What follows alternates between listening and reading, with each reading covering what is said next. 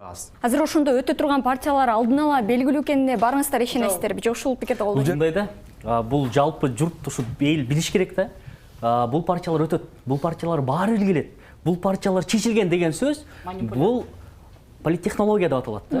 Бул атайын политтехнологдор иштеп чыгат, ушундай ушактарды кой берет. Аны элдер болсо үмүтүн үзөт.